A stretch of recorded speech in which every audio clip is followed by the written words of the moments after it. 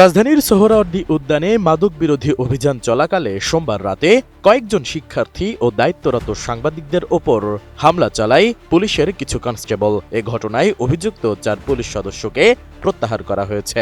মঙ্গলবার সন্ধ্যায় ডিএমপির রমনা বিভাগের উপপুলিশ কমিশনার মোহাম্মদ মাসুদ আলম বিষয়টি নিশ্চিত করেছেন।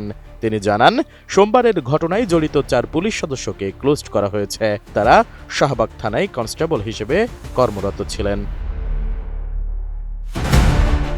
এছাড়া তাদের বিরুদ্ধে বিভাগীয় ব্যবস্থা নেওয়া হবে বলেও জানান ডিসি মাসুদ। তিনি জানান, এই ঘটনায় আরও 2-3 জনকে শনাক্তের চেষ্টা চলছে, তাদের বিরুদ্ধেও ব্যবস্থা নেওয়া হবে। এর আগে সোমবার রাতে সোহরাওয়ার্দী উদ্যানে মাদক বিরোধী অভিযানের সময় ঢাকা বিশ্ববিদ্যালয়ের শিক্ষার্থী নাইম উদ্দিন সহ 2 দর্শনার্থীর ওপর পুলিশি হামলার প্রতিবাদে মঙ্গলবার শাহবাগ থানা ঘেরাও করে বিক্ষোভ করেন শিক্ষার্থীরা। এদিন দুপুর 1টা থেকে 3টা পর্যন্ত থানার সামনে জড়ো হয়ে 3টি দাবি তুলে ধরেন বিক্ষোভকারীরা। পরে দায়ীদের বিরুদ্ধে ব্যবস্থা নেওয়ার আশ্বাসে বিক্ষোভকারীরা থানার সামনে থেকে চলে যান।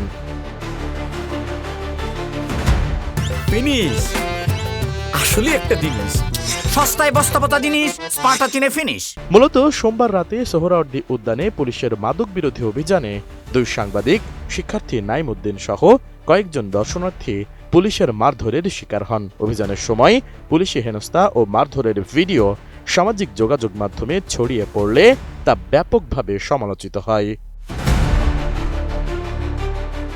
ভুক্তভোগী 2 সাংবাদিক হলেন বাংলানিউজ24.com এর তোফায়েল আহমেদ এবং আজকের পত্রিকার কাউসার আহমেদ রিপন। সোশ্যাল মিডিয়ায় ছড়িয়ে পড়া ভিডিওতে দেখা যায় একদল পুলিশ সদস্য তোফায়েলকে লাঠি দিয়ে নির্বিচারে পেটাচ্ছেন। পরে অন্য পুলিশ সদস্যরা তাকে উদ্ধার করে ঢাকা মেডিকেলে নিয়ে যান।